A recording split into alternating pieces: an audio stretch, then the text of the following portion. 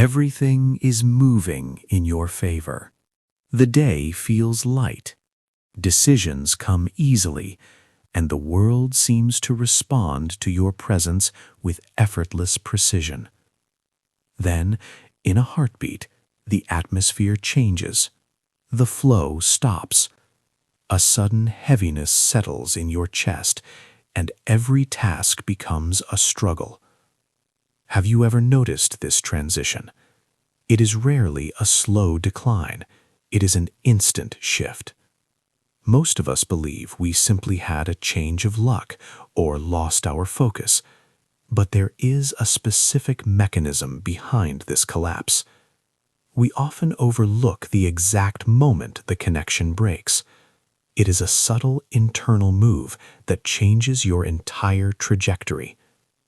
This single moment of choice is the invisible threshold where you unknowingly step out of one reality and into another. We have all felt those days where every green light is timed perfectly and every conversation feels inspired. It is as if life is holding its breath for us, making way for our intentions. But we have also experienced the opposite, those weeks where every step feels like wading through thick mud. Plans fall through, small errors cascade into major setbacks. We often dismiss these cycles as simple randomness or a run of bad luck. Yet if you look closer, these shifts follow a consistent internal logic. Something strange happens in moments like these. You might notice that the friction didn't begin with an external event, but with a quiet internal departure. We frequently overlook this signal, misinterpreting the struggle as a sign to work harder rather than a sign to check our direction. Why does the flow vanish just as quickly as it arrives? Understanding this transition requires us to look at a mechanism most people never even notice. Watch closely, because the reason behind this collapse is far more precise than you might imagine. Think back to a time when you were completely in the zone. You had a sudden impulse to go somewhere or call someone, and that single action led to a perfect chain of events. At the time, you likely called it a good day or a stroke of luck. But then recall the opposite experience. You felt a small nudge to pause or change direction, but you ignored it because it didn't seem logical. Almost instantly, the momentum died. Suddenly, you were met with delays, misunderstandings, and a strange sense of exhaustion. This is the strange consistency many people notice. The pattern repeats across years and different situations, yet we often overlook it because it hides in plain sight. We treat these cycles as separate, random occurrences, but the repetition suggests something deeper is at play. Have you ever noticed how the friction seems to intensify the more you try to force things to work? This is where the pattern becomes clear. It is not that reality is being difficult, it is that the signal has changed.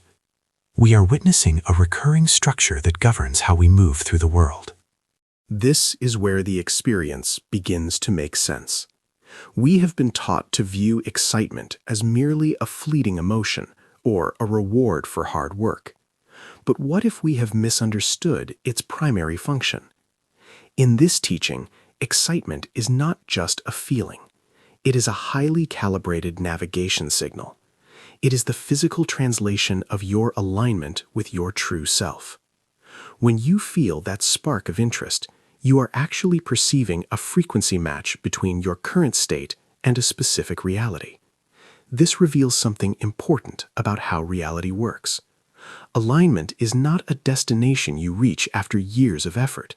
It is a state of being you are either in or out of, right now. The pattern of flow and friction you've noticed is simply the feedback of this system. We often overlook this because the signal feels so ordinary, but the mechanism operates quietly in every moment of your day. You are constantly being told whether you are moving toward your natural path or away from it. Suddenly, the pattern becomes easier to understand. The moment you lose alignment isn't an accident. It is a specific response to a change in your frequency. This is the hidden rule behind the experience. We often think of our lives as a single, continuous timeline, but the mechanism is more like a radio. At any given moment, multiple versions of your life are playing simultaneously. You don't create your reality, you tune into it. Your excitement is the frequency dial. When you follow your highest excitement, you are literalizing a frequency match with a specific version of your day. This is why the pattern behaves this way. Suddenly, the shift makes sense. When you are in alignment, you are tuned into a channel where synchronicities and flow are the natural laws of that environment. But the moment you hesitate or choose a path based on fear, you are physically changing the station. Imagine a film reel. Each frame is a static, separate reality. To create the illusion of movement, you must shift through thousands of frames every second. The mechanism quietly guides these shifts based on your internal state. You have been shifting through these parallel frames your entire life, even if you never notice the transitions. This explains why the flow disappears the moment you ignore the signal. You haven't lost your luck. You have simply switched to a channel where flow isn't a feature of the broadcast. If the mechanism is so simple, why do we find it so difficult to follow? This is where many of us lose the signal. The moment excitement appears, a secondary system often kicks in. We call it logic. We call it being realistic. In reality, it is often just the voice of social conditioning. This is the moment the inner voice begins to argue, convincing us that following a spark of joy is irresponsible or reckless. We have been taught to equate safety with predictability and struggle with worthiness. Most people mistake this internal resistance for wisdom or maturity. They believe that if a path feels too easy, it must be a distraction.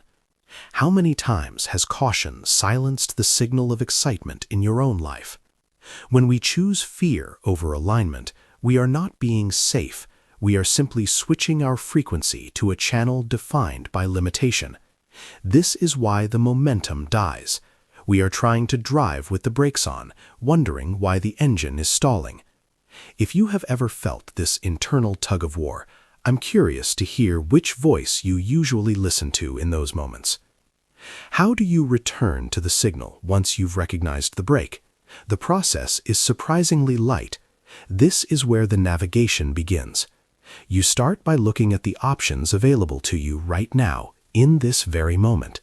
Identify which one contains even a tiny spark more excitement than the others. It doesn't need to be a grand life purpose. It could be as simple as taking a walk or reading a specific page. Act on that excitement to the best of your ability, using every resource you have. Follow it as far as it naturally goes until you can take it no further. Then, the most vital step, release all attachment to what the result should look like. This is how the signal becomes action. The formula works best when followed with curiosity rather than pressure. By moving toward what excites you without insisting on a specific outcome, you stay in the frequency where the next signal can appear. This is how the shift in timeline actually starts. It is a continuous loop of noticing, acting, and letting go. How different would a day feel if you followed the signal instead of the fear? If this perspective resonates with you, consider subscribing for more explorations into how consciousness and reality interact. The change rarely starts with something dramatic. It begins in the quiet gaps of your schedule. Imagine you're at your desk, feeling a heavy sense of stagnation with your current task. Suddenly, you feel a small, unrelated impulse to go to a specific coffee shop or look up an old hobby you abandoned years ago. Most people dismiss this as a distraction, but this is the signal. Suppose you follow it. While you were there, you run into someone who mentions exactly the piece of information you needed for your work. This is often how the shift begins. By choosing the path of least resistance and highest interest, you moved yourself onto a timeline where the solution was already waiting. You likely have already experienced dozens of these moments without realizing their significance, dismissing them as mere coincidence. The signal usually appears in small moments: a book falling off a shelf, a sudden urge to take a different route home, or an unexpected email. Have you ever followed a small curiosity that led somewhere completely unexpected? When you stop viewing these impulses as random, you begin to see them as the navigation coordinates they truly are. It is the simple act of honoring the nudge that keeps the engine of alignment running. Alignment is not a goal to be achieved. It is a state that is always available. We have explored the mechanics of the shift and the precise moment the connection breaks, but the most important realization is that the return is just as instant. Perhaps the signal has been there all along, waiting in the quiet spaces between your thoughts. The pattern may already be unfolding around you in ways you are just beginning to see. After today, you may notice that the signals in your life become clearer and the coincidences more frequent. Sometimes the shift begins simply by noticing. How often have these quiet nudges appeared in your life, only to be ignored? As you move back into your day, pay attention to the subtle currents of interest and curiosity. The next step on your path is usually much closer than you think. And if this perspective resonates with you, the exploration continues in our next chapter, which reveals what happens when you consistently follow this signal into the unknown.